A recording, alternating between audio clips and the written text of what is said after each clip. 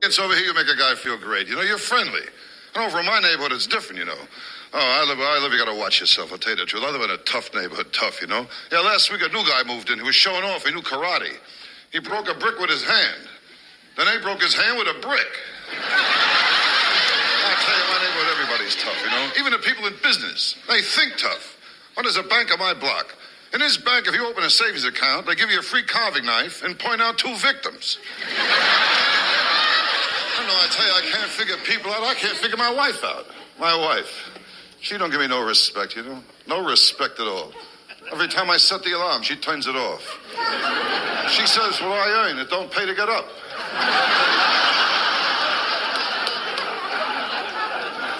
I tell you, there's a lot of things in my wife I can't figure out, you know. The way she does the ironing. I mean, when you burn a shirt, who puts on butter?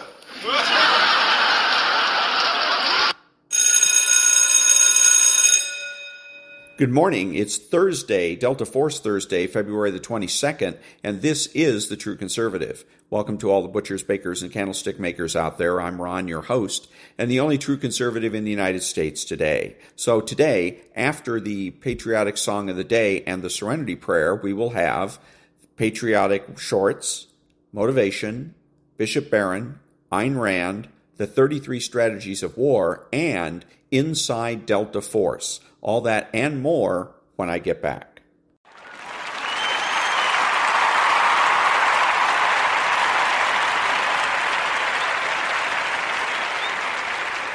God, grant me the serenity to accept the things I should not change, the courage to change the things I should, and the wisdom to know the difference. Amen.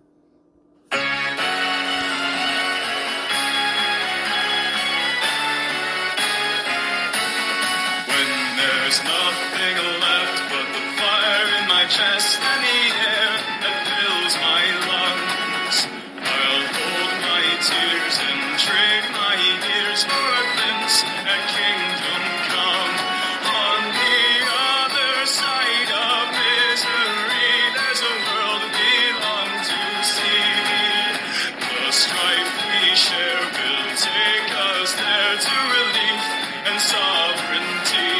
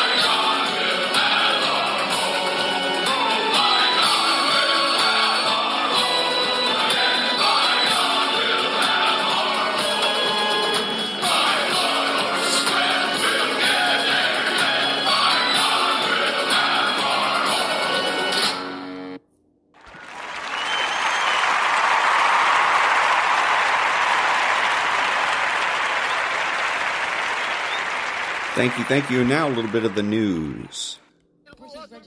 cargo ship Ruby Mar in the Gulf of Aden, and it's now at risk of sinking. That's according to a statement from the group's military spokesperson, Yahya Saraya, on Monday. وكان من نتائج العملية ما يلي: إصابة السفينة. The results of the operation are as follows. The ship was severely damaged, leading to its complete halt. Due to the significant damage suffered by the ship, it is now at risk of sinking in the Gulf of Aden. We took care during the operation to ensure the safe evacuation of the ship's crew. These have also shot down a US drone in the ports of Okinawa, he said. British maritime security firm Ambrey separately confirmed that the Belize-flagged, UK-registered and Lebanese-operated general cargo ship came under attack on Sunday in the Bab al-Mandab Strait off Yemen. The UK Maritime Trade Operations Agency also reported on Sunday that the crew had abandoned a ship off Yemen after an explosion, apparently the same incident.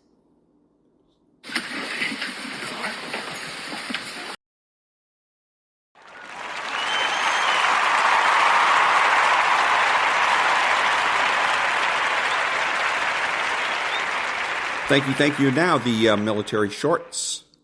It's really interesting to me to watch special operations, the tip of the spear, globally just diminish. I feel like it's going to vanish into nothing. The Canadian guys, have you ever worked with them? The CANSOF recruitment numbers way down. British Special Forces numbers are down. American Special Forces numbers are down. Nobody's signing up for this. I feel like the special operator is becoming obsolete. I feel like warfare is evolving and the special operator is being phased out.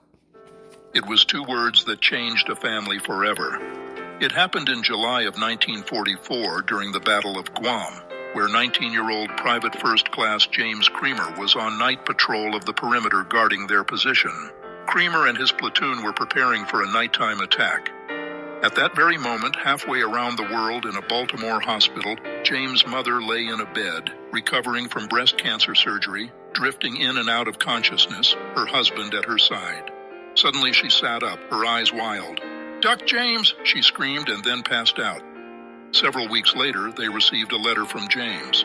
"Dearest Mom and Pop," the letter read, "the strangest thing has happened. Our unit was on high alert for a nighttime attack when I heard a woman's voice piercing through the silence of the jungle, clear as a bell. At the sound of it, I ducked, just as a bullet whizzed past my head, skimming the top of my helmet. What luck." That wasn't luck, James.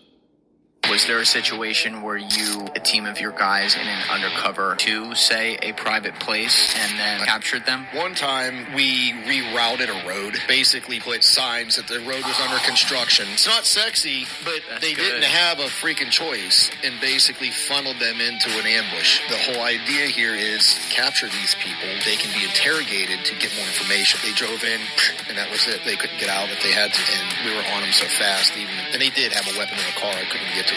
And one of the dudes I used to work with is big. He was a huge dude. He was a big guy. He was like 6'6", 250. He got his hands on, he's going to hurt you. He literally drugged this guy through the window. It was really funny. Like, nice. Yeah, didn't even open up the door. He was a rifleman in G Company of the 2nd Battalion, 1st Regiment, 1st Marine Division. It was June 1945, and 2nd Battalion was engaged in intense fighting on the island of Okinawa. He was Wayne Lyons, and he had just turned 18 2 weeks earlier. Just a few months prior, Lyons was graduating high school, but now he and 3 buddies were pinned down on an exposed ridge by unrelenting Japanese crossfire. For hours they lay face down in the mud, barely twitching their bodies to avoid the torrent of steel and mortars that rained down. Suddenly, one of Lyons' buddies was hit and suffered a severe abdomen wound. He needed medical attention or he'd bleed to death.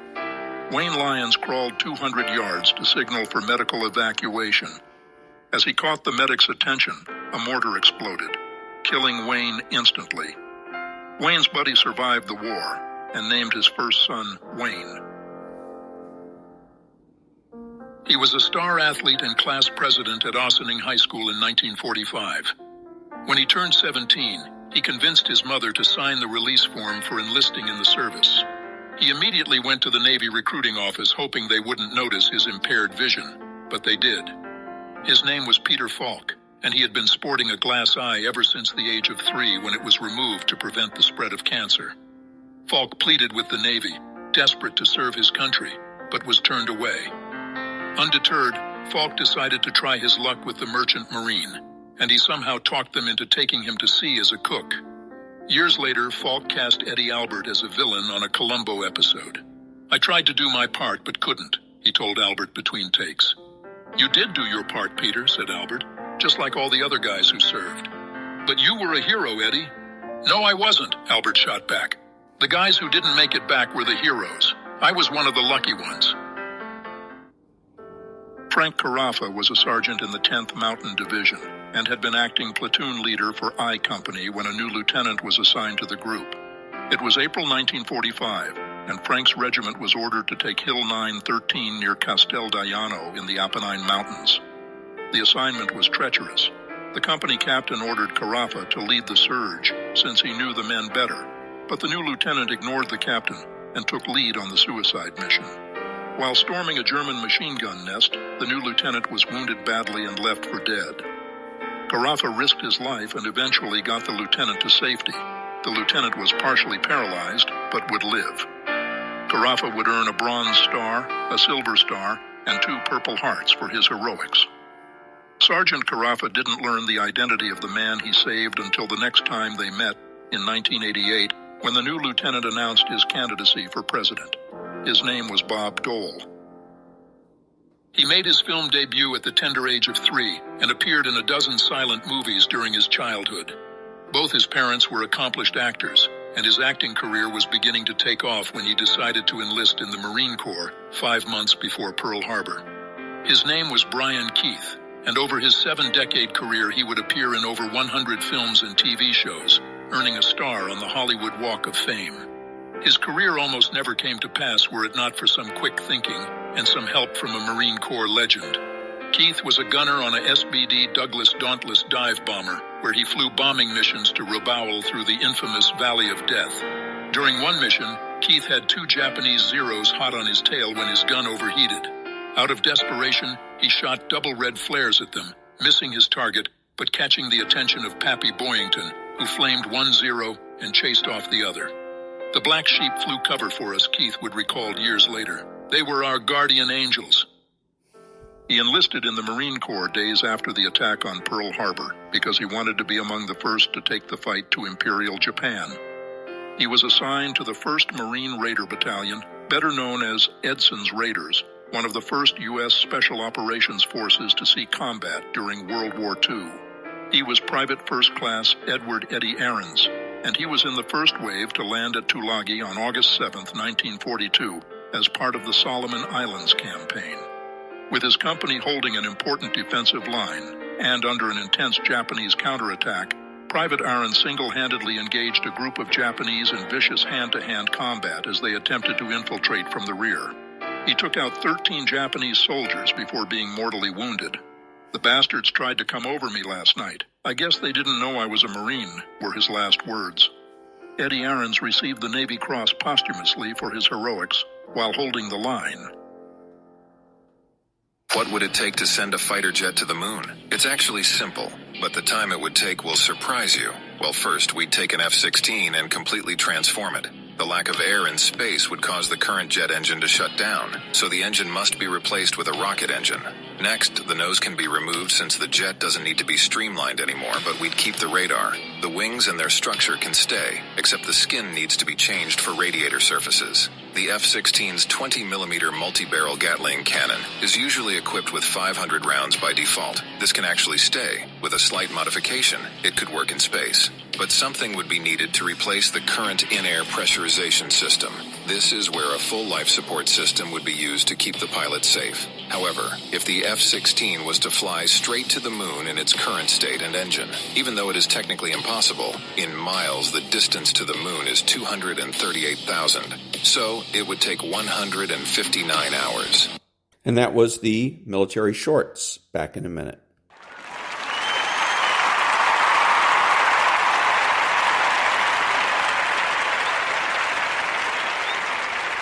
Thank you. Now, a little motivation.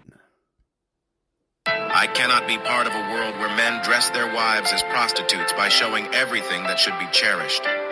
where there is no concept of honor and dignity, and one can only rely on those when they say, I promise, where women do not want children and men don't want a family, where the suckers believe themselves to be successful behind the wheel of their father's cars, and a father who has a little bit of power is trying to prove to you that you're a nobody, where people falsely declare that they believe in God with a shot of alcohol in their hand and the lack of any understanding of their religion, where the concept of jealousy is considered shameful and modesty is a disadvantage, where people forgot about love but are simply looking for the best partner, where the boys waste their parents' money in nightclubs, aping under the primitive sounds, and girls fall in love with them for this. I choose my path, but it's a pity that I did not find similar understanding in the people among whom I wish to find it most of all. I asked for strength, and God gave me difficulties to make me strong. I asked for wisdom, and God gave me problems to solve. I asked for courage, and God gave me dangers to overcome. I asked for love, and God gave me troubled people to help. My prayers were answered. If you stay in bed, if you stay on the couch, if you stay in your comfort zone, if you only do what is easy, your life will be hard. But if you do what is hard, if you get up, if you grind, if you are relentless, if you work as hard as possible, when other people are slacking off, your life will be easy. I'm not scared that some kid's gonna take my spot. If he does, he's gonna have to do it with sweat. He's going to have to do it with tears. He's going to have to do it with blood. He is going to have to get up at 2:30 in the morning. If he can get up every day at 2:30, he deserves to take my spot. Some people are taking your spot, and they shouldn't take it, but because you're average, it's easy to take your spot. It's easy. It's easy to beat you. Why? You average. Everybody wants to be a beast until it's time to do a beast.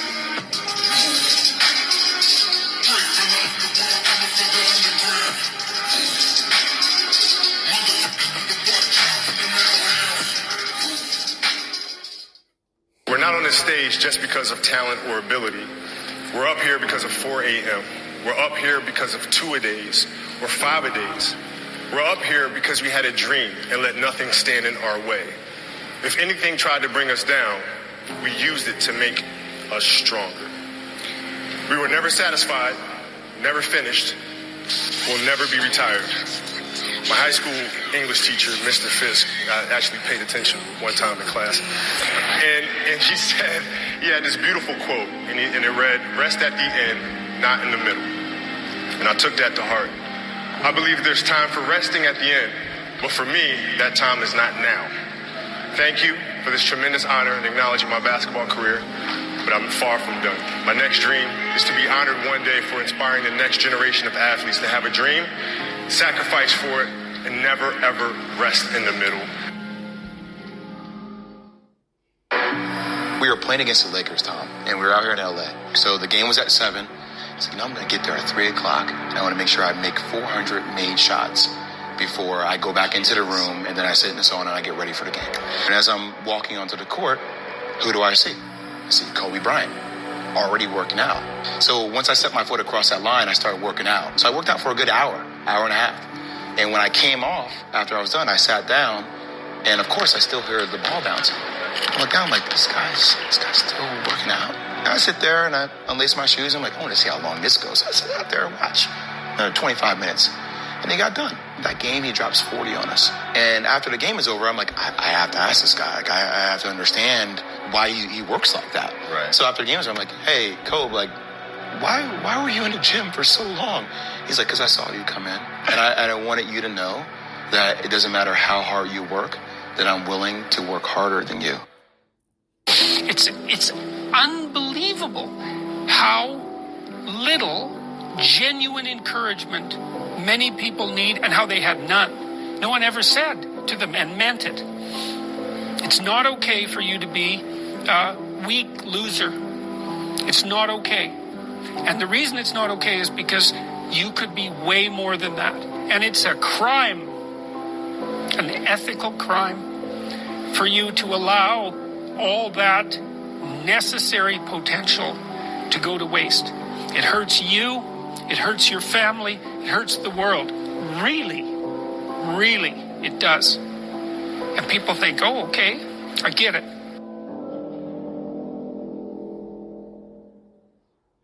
If someone bugs you, you should note that. And you shouldn't do anything about it, probably. If they bug you twice the same way, then you think, oh, okay, that's twice.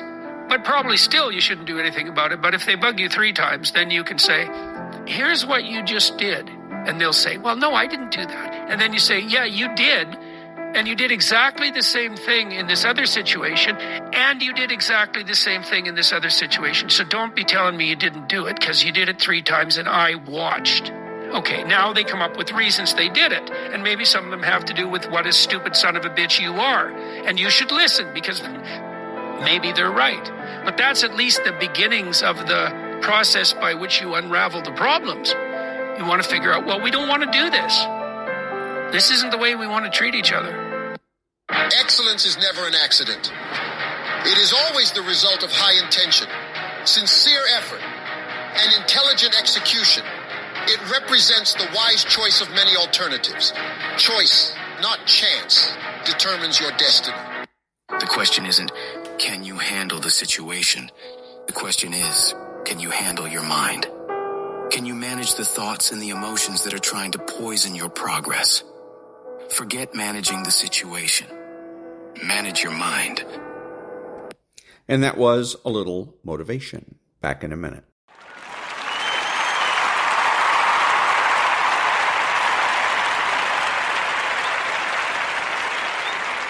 Thank you. And now, the Daily Law for February the 22nd. February 22nd. Absorb purposeful energy. Coco Chanel began life from a position of great weakness, an orphan with little or no resources in life. She realized in her early 20s that her calling was to design clothes and to start her own apparel line. She desperately needed guidance, however, particularly when it came to the business side. She looked for people who could help her find her way. At the age of 25, she met the perfect target, a wealthy older English businessman named Arthur Boyd Capel. She latched onto him with great vehemence. He was able to instill in her the confidence that she could become a famous designer. He taught her about business in general. He offered her tough criticisms that she could accept because of her deep respect for him. He helped guide her in her first important decisions in setting up her business. From him, she developed a very honed sense of purpose that she retained her entire life. Without his influence, her path would have been too confusing and difficult. Later in life, she kept returning to this strategy. She found other men and women who had skills she lacked or needed to strengthen: social graciousness, marketing, a nose for cultural trends, and developed relationships that allowed her to learn from them. In this case, you want to find people who are pragmatic and not merely those who are charismatic or visionaries. You want their practical advice and to absorb their spirit of getting things done. If possible, collect around you a group of people from different fields as friends or associates who have similar energy. You will help elevate one another's sense of purpose. Do not settle for virtual associations or mentors. Daily Law. Make a list of the people in your life who live with purpose. Prioritize spending more time with them. The Laws of Human Nature. Chapter 13. Advance with a sense of purpose. The Law of Aimlessness.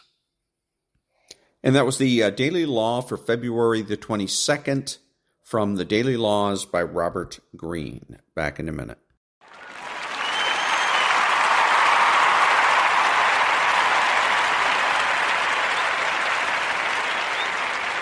Thank you. And now, Bishop Robert Barron. Anyone who's ever gone through a 12-step process knows about this, right? I can't solve my own problem. I can't get myself out of this addiction. I have to give myself over to a higher power. Sin is an addiction. I can't solve it on my own. That's why the church has always stood against Pelagianism. That's the view that, well, I can just kind of pull myself up morally by my own bootstraps and make my life better. No, you can't. The proper stance of us sinners, therefore, is to beg. When you get out of this boring preoccupation with your own desires and your own autonomy, and you trust, you learn to trust in a power already at work in you that can do infinitely more than you can ask or imagine. That's faith. And that was Bishop Robert Barron. Back in a minute.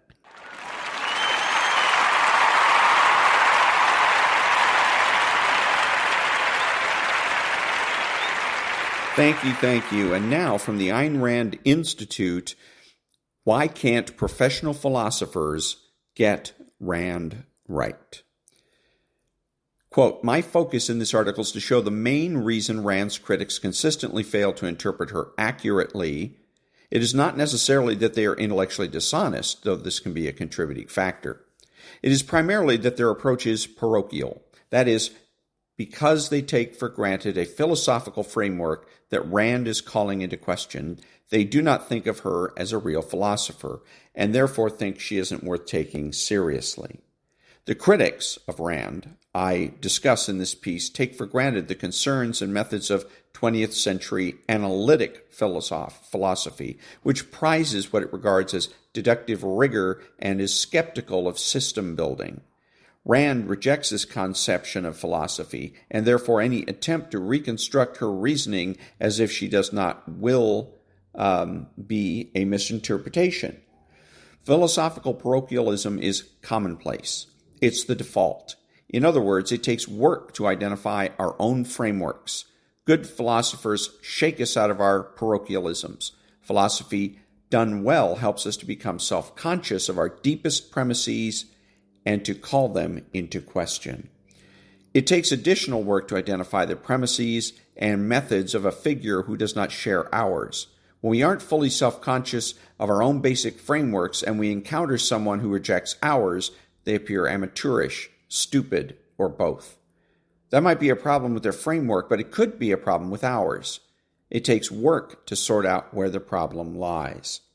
When we encounter a philosopher who does not share our framework and defends views that we find morally repugnant, we have still a further obstacle to overcome. We must step outside of our initial repugnance to fully grasp where the philosopher is coming from and to fully evaluate the merits of their perspective.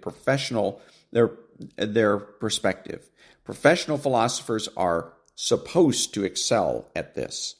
Unfortunately, critics of Rand have so far been unwilling to overcome their own prejudices and to live up to the standards their profession should aspire to. Until professional philosophers engage with Rand's actual arguments, their pat dismissal of her philosophy remains an unprofessional prejudice. And that was from the New Ideal of the Ayn Rand Institute. Back in a minute.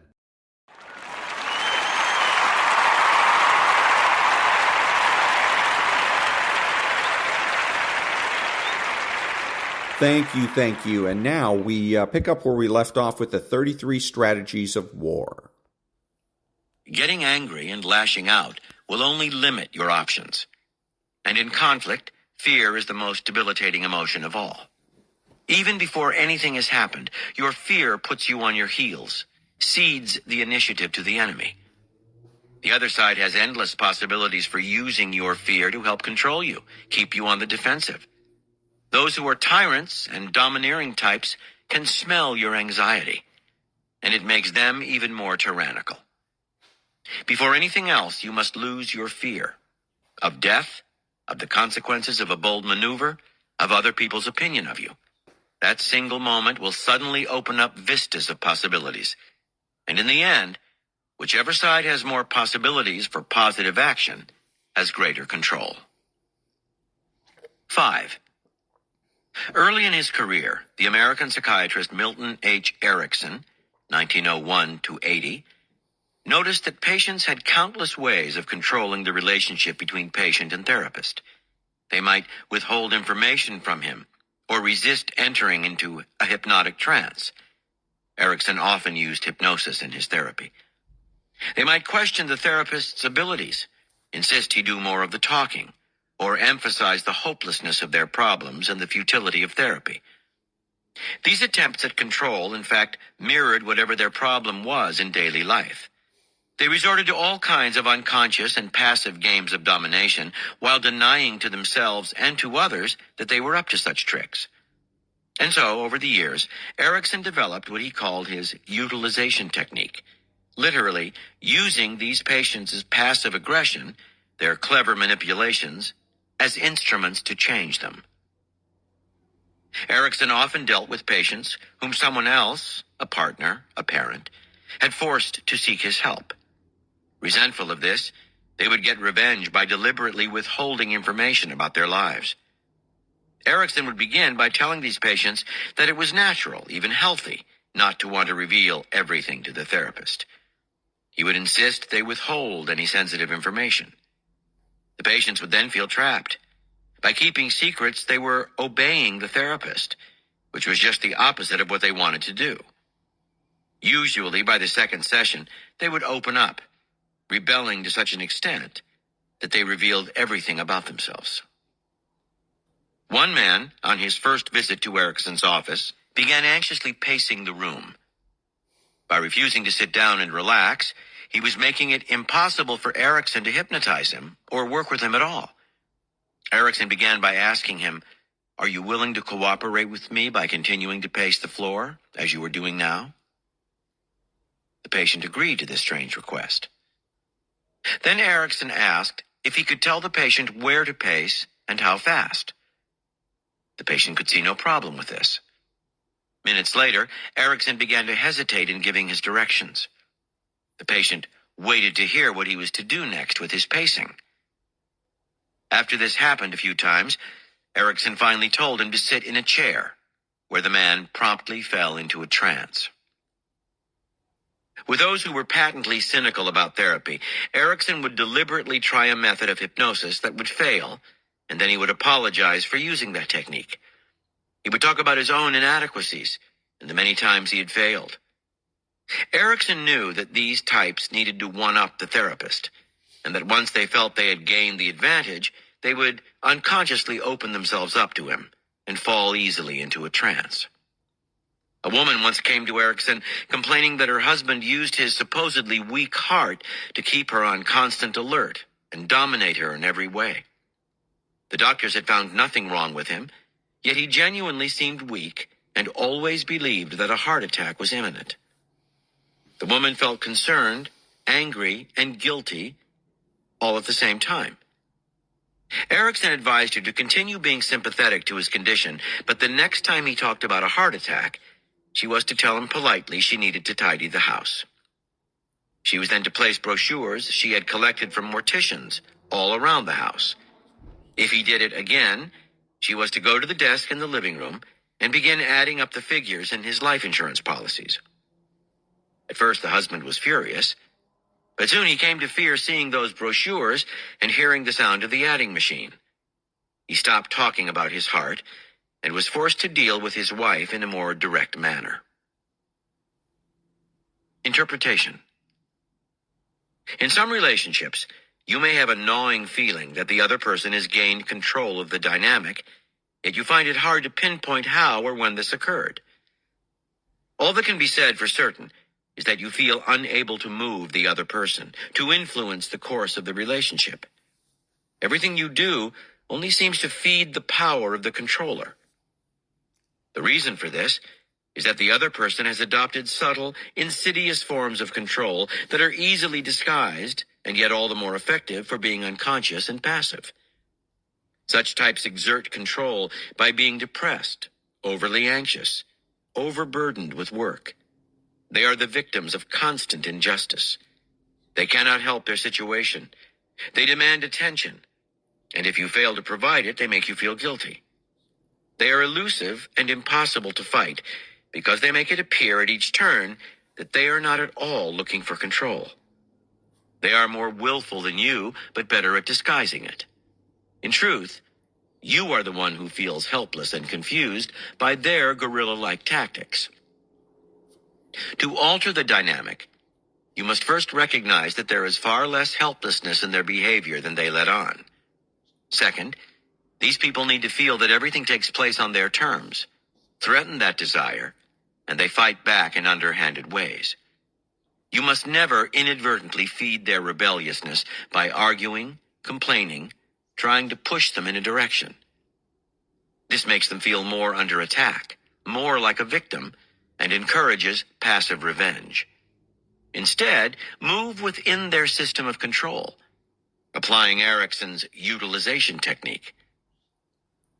Be sympathetic to their plight, but make it seem that whatever they do, they are actually cooperating with your own desires. That will put them off balance. If they rebel now, they are playing into your hands. The dynamic will subtly shift, and you will have room to insinuate change. Similarly, if the other person wields a fundamental weakness as a weapon, the heart attack tactic, make that threat impossible to use against you by taking it further, to the point of parody or painfulness. The only way to beat passive opponents is to outdo them in subtle control. Reversal. This strategy has no reversal. Any effort to seem not to control a situation, to refuse to influence a relationship, is in fact a form of control. By ceding power to others, you have gained a kind of passive authority that you can use later for your own purposes. You are also the one determining who has control by relinquishing it to the other side. There is no escape from the control dynamic. Those who say they are doing so are playing the most insidious control game of all. Here are further reflections on forcing strategies. From the Book of Five Rings by Miyamoto Musashi. Pressing down the pillow refers to one's efforts not to let the head of one's opponent rise. In battles based on martial strategy, it is taboo to let your opponent take the initiative, thus putting yourself on the defensive. You must try at all costs to lead your opponent by taking complete control of him. During combat, your opponent intends to dominate you as much as you want to dominate him, so it is vital that you pick up on your opponent's intentions and tactics so as to control him. According to the principle of martial strategy, you must be able to control your opponents at all times. Study this point well. By Napoleon Bonaparte. In short, I think like Frederick the Great. One should always be the first to attack. By Karl von Clausewitz. Given the same amount of intelligence, timidity will do 1,000 times more damage in war than audacity. From the Iliad, by Homer. When they came to the ford of Xanthus, the eddying river that Zeus begot, Achilles split the Trojans. Half he chased toward the city, across the plain where yesterday the Greeks had fled from Hector's shining rage. Hera, to slow this stampede of Trojans, spread a curtain of fog between them. The others swerved and found themselves herded into the river. They crashed down into the deep silver water as it tumbled and roared through its banks. You could hear their screams as they floundered and were whirled around in the eddies. Fire will sometimes cause a swarm of locusts to rise in the air and fly to a river. The fire keeps coming, burning them instantly, and the insects shrink down into the water. Just so Achilles. And Xanthus's noisy channel was clogged with chariots, horses, and men. Achilles wasted no time. Leaving his spear propped against a tamarisk and holding only his sword, he leapt from the bank like a spirit from hell bent on slaughter. He struck over and over in a widening spiral. Hideous groans rose from the wounded, and the river water turned crimson with blood. Fish fleeing a dolphin's huge maw hide by the hundreds in the harbor's crannies, but the dolphin devours whatever it catches. Likewise the Trojans beneath the riverbanks. From On War, by Karl von Clausewitz. Let us admit that boldness in war even has its own prerogatives. It must be granted a certain power over and above successful calculations involving space, time, and magnitude of forces. For wherever it is superior, it will take advantage of its opponent's weakness. In other words, it is a genuinely creative force. This fact is not difficult to prove even scientifically. Whenever boldness encounters timidity, it is likely to be the winner, because timidity in itself implies a loss of equilibrium. Boldness will be at a disadvantage only in an encounter with deliberate caution, which may be considered bold in its own right, and is certainly just as powerful and effective. But such cases are rare. Timidity is the root of prudence in the majority of men. The higher up the chain of command, the greater is the need for boldness to be supported by a reflective mind, so that boldness does not degenerate into purposeless bursts of blind passion. From The Greek Myths by Robert Graves. The Olympians could now join battle with the giants. Heracles let loose his first arrow against Alcyoneus, the enemy's leader. He fell to the ground, but sprang up again revived, because this was his native soil of Phlegra. "Quick, noble Heracles," cried Athena, "drag him away to another country." Heracles caught Alcyoneus up on his shoulders and dragged him over the Thracian border, where he dispatched him with a club. From My Bondage and My Freedom by Frederick Douglass. Well, my dear reader, this battle with Mr. Covey, undignified as it was, and as I fear my narration of it is, was the turning point in my life as a slave. It rekindled in my breast the smoldering embers of liberty. It brought up my Baltimore dreams and revived a sense of my own manhood. I was a changed being after that fight. I was nothing before. I was a man now. It recalled to life my crushed self-respect and my self-confidence, and inspired me with a renewed determination to be a free man. A man without force is without the essential dignity of humanity. Human nature is so constituted that it cannot honor a helpless man, although it can pity him.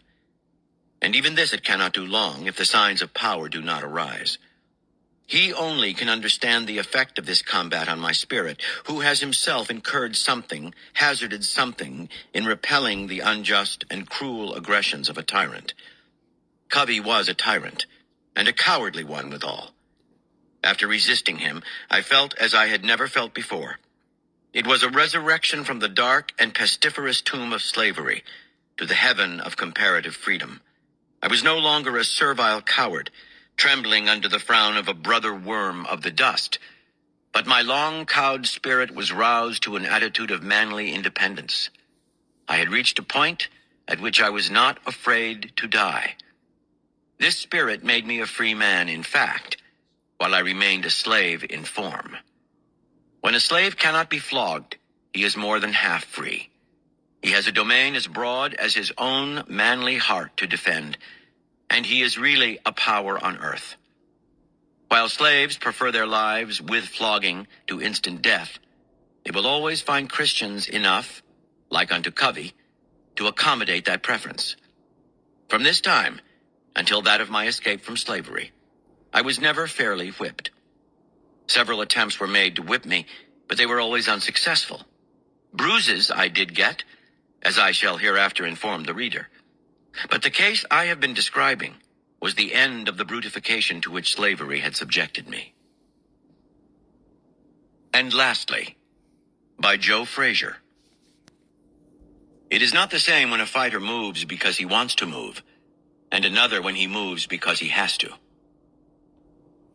And that was the end of Chapter 15, Control the Dynamic, from the 33 Strategies of War by Robert Greene. Back in a minute.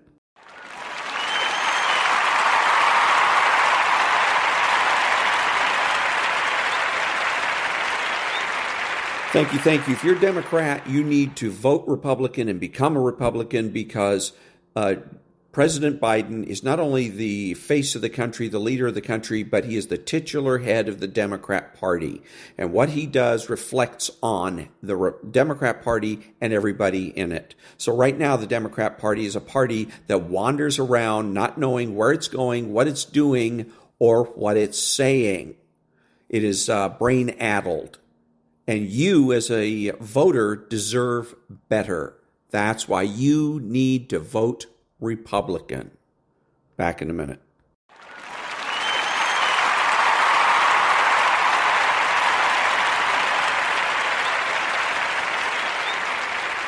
Thank you. So I wanted to start talking about on a regular basis the tricks that the left uses, because that's what the left is all about. They're about tricks and they're about bluffing. Trick number one is self-censorship. They want us conservatives to censor ourselves. Very often you'll hear Sean Hannity talk about censorship, that they're censoring us. They're not. They're getting us to censor ourselves. So they do this by using fear. They, for instance, will ask, isn't that racist? They don't call you a racist. They ask. And they want to use your fear against you. The average conservative then, after being asked, isn't that racist, panics and starts to explain. After several minutes of trying to convince the left that he isn't a racist, he gives up and decides that next time he'll just keep his mouth shut. And when you do that, you're out of the game. And you want to know why it is that the left wins? That's why. Because they sweep aside all of the opposition. So, now the solution is, because the left is in the process of destroying itself, it always does. The left is self-destructive. Soviet Union is no longer. It's gone. The problem is that it takes a long time for that self-destruction to happen. The Soviet Union lasted approximately 80 years. But one of the things that they have done is they have blurred the lines of distinction racially and sexually, so that now apparently anybody can choose at any time to be whatever race or whatever sex they want. So when a lefty asks me, isn't that racist? I ask them, what race do you think I am anyway? And that shuts his mouth. And he keeps it shut because at the end of the day, the lefties are just as afraid, just as scared as we are. Back in a minute.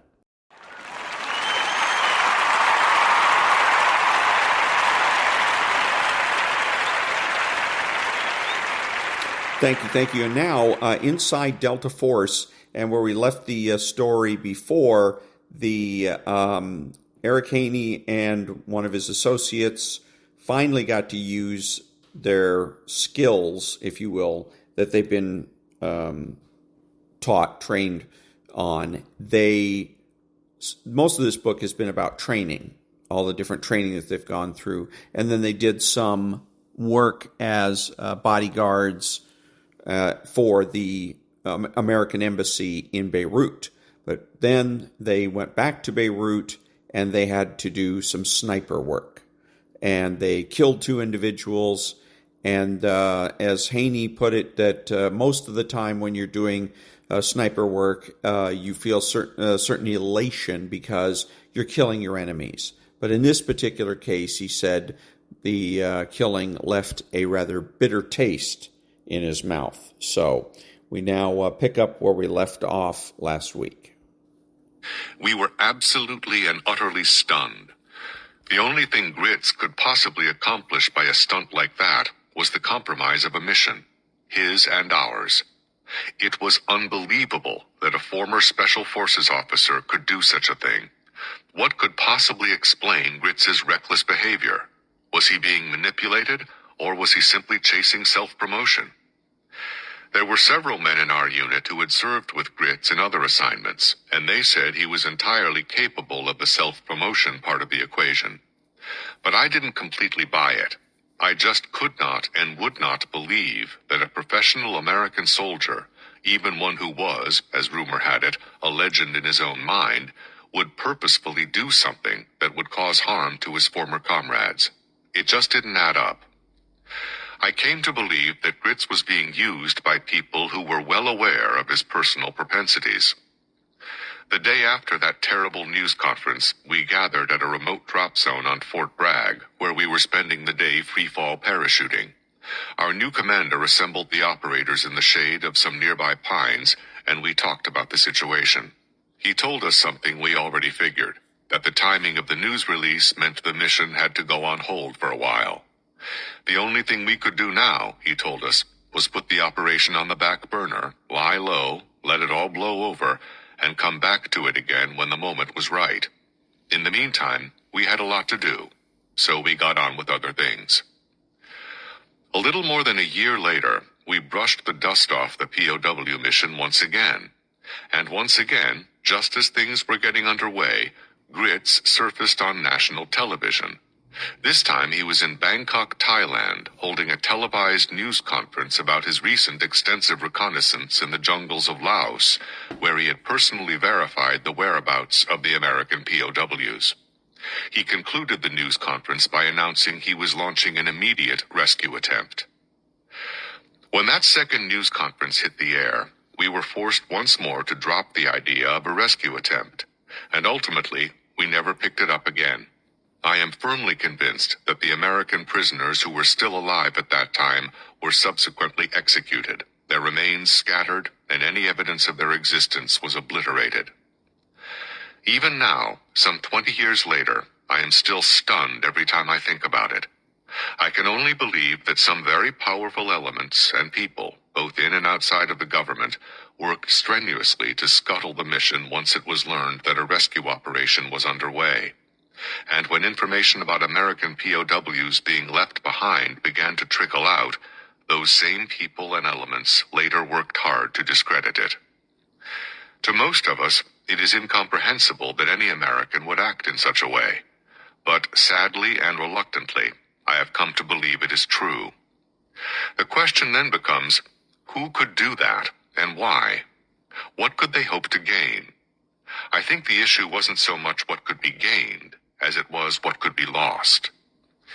Years later, I spoke at length with a former highly placed member of the North Vietnamese Diplomatic Corps, and this person asked me point blank, why did the Americans never attempt to recover their remaining POWs after the conclusion of the war? We compared notes on what we both knew, what we had heard, what seemed credible, and what we therefore believed. We came to conclusions that were very similar, differing only in the amount of money involved and the number of prisoners left behind. This is what I came to believe happened. In its hurried desire to conclude a treaty ending the war with Vietnam, the Nixon administration took the best, most expedient deal they could get and came back from Paris in 1973 declaring we had achieved peace with honor. The Vietnamese knew that we knew they were still holding prisoners, and they regarded this as the trump card to be used in later negotiations over the payment of reparations. Why not?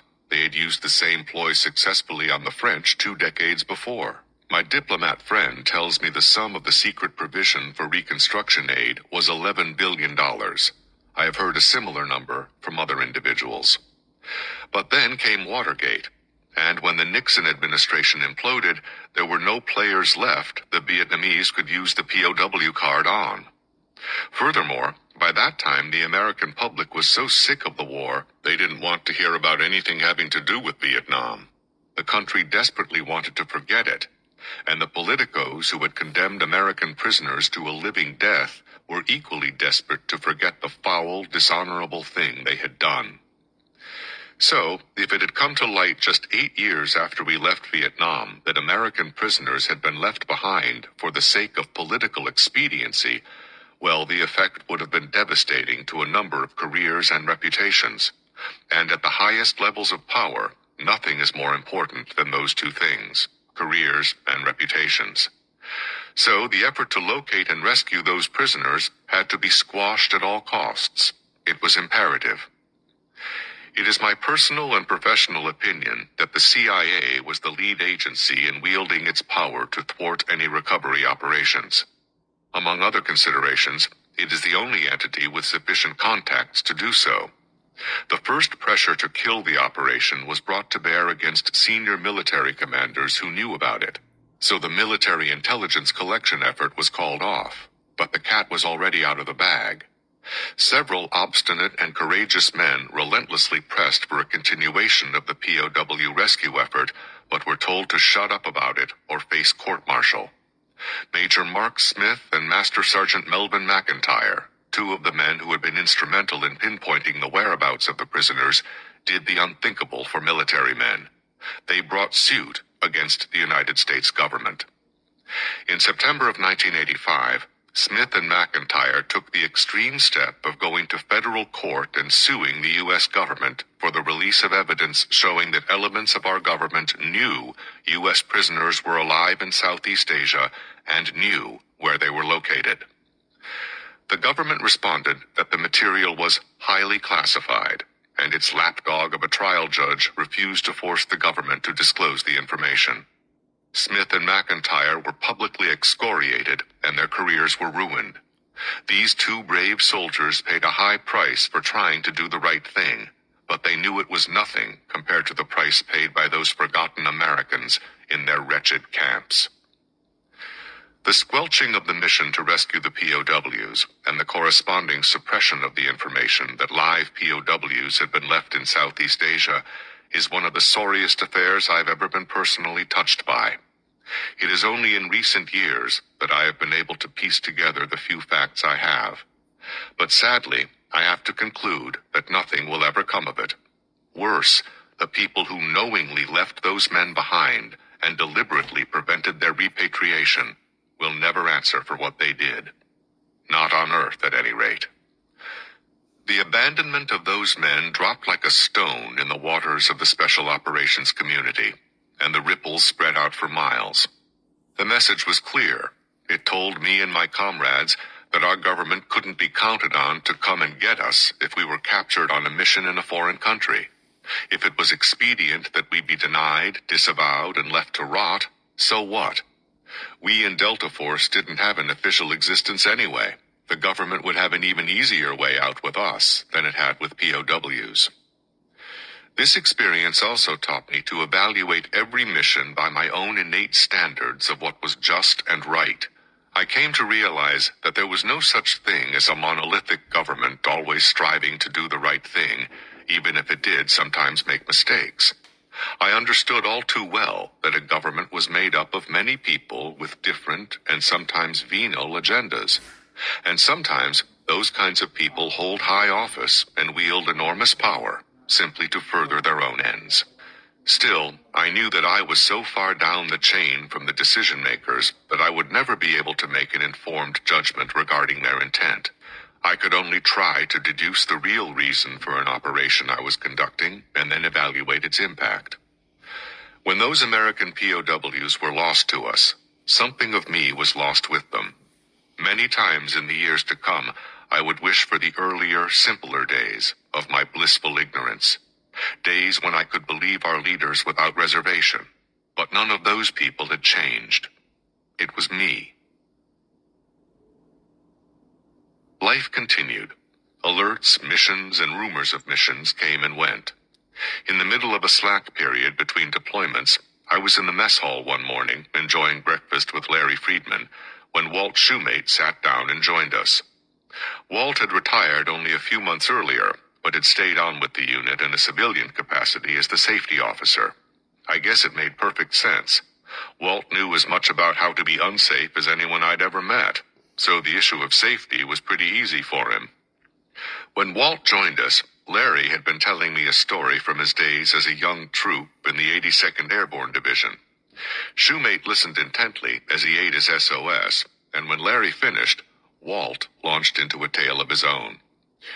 You know, I was in the 82nd myself. I was a buck sergeant in those days, right after I came back from Korea. And I remember this old first sergeant we had, First Sergeant Harold Jenkins. We called him Lord Harold, and I'm telling you, He was one rough old customer.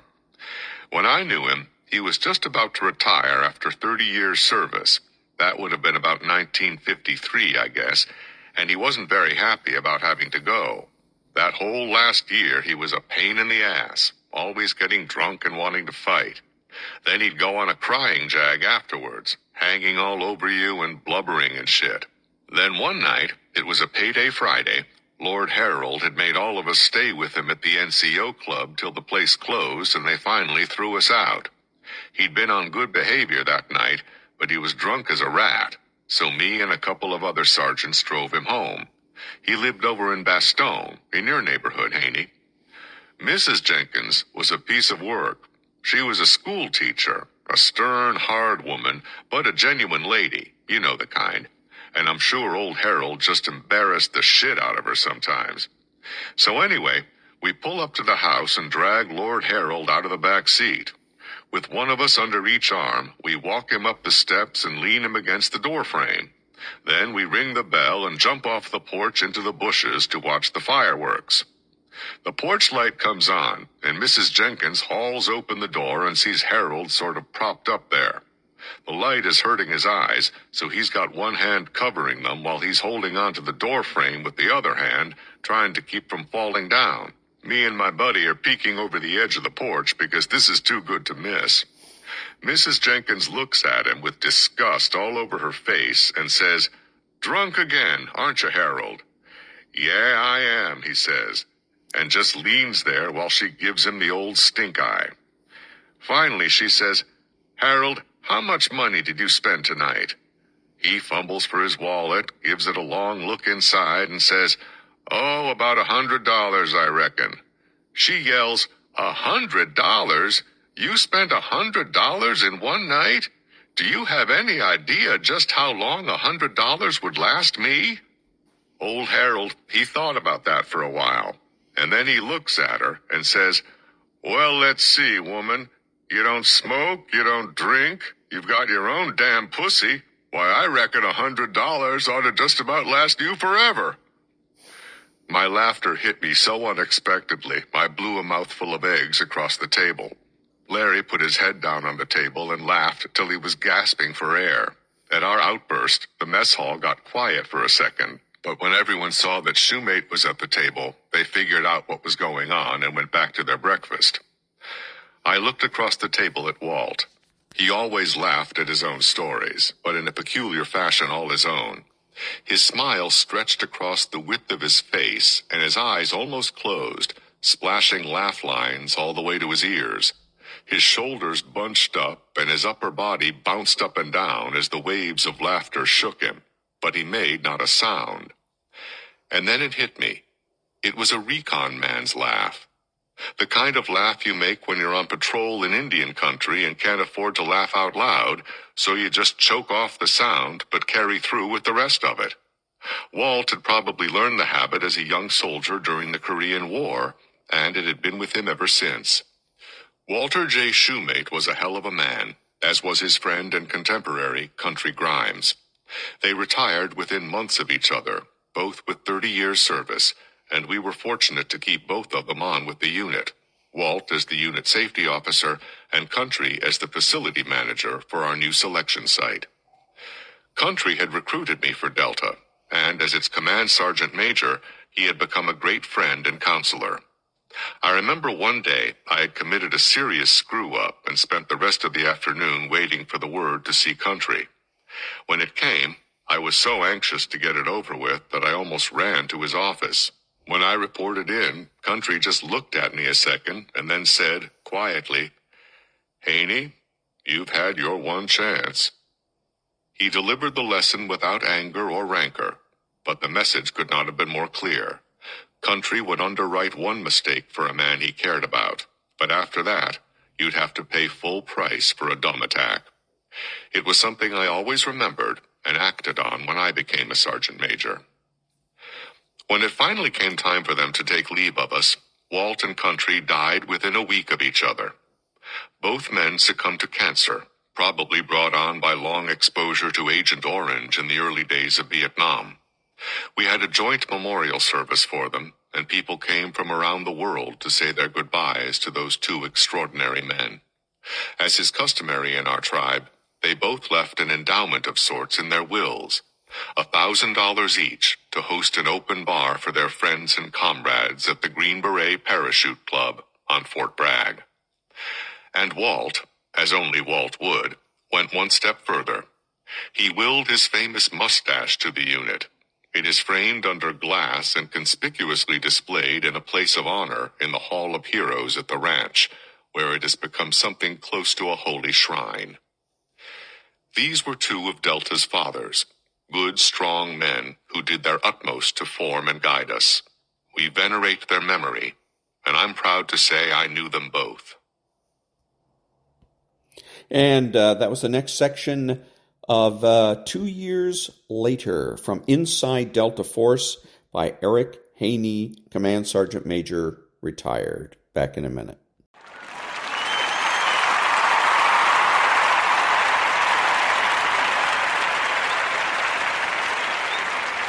Thank you. This is Ron, your host, the only true conservative in the United States today, bidding adios to all the butchers, bakers, and candlestick makers out there and reminding you that you are not neutral and that the government has no rights.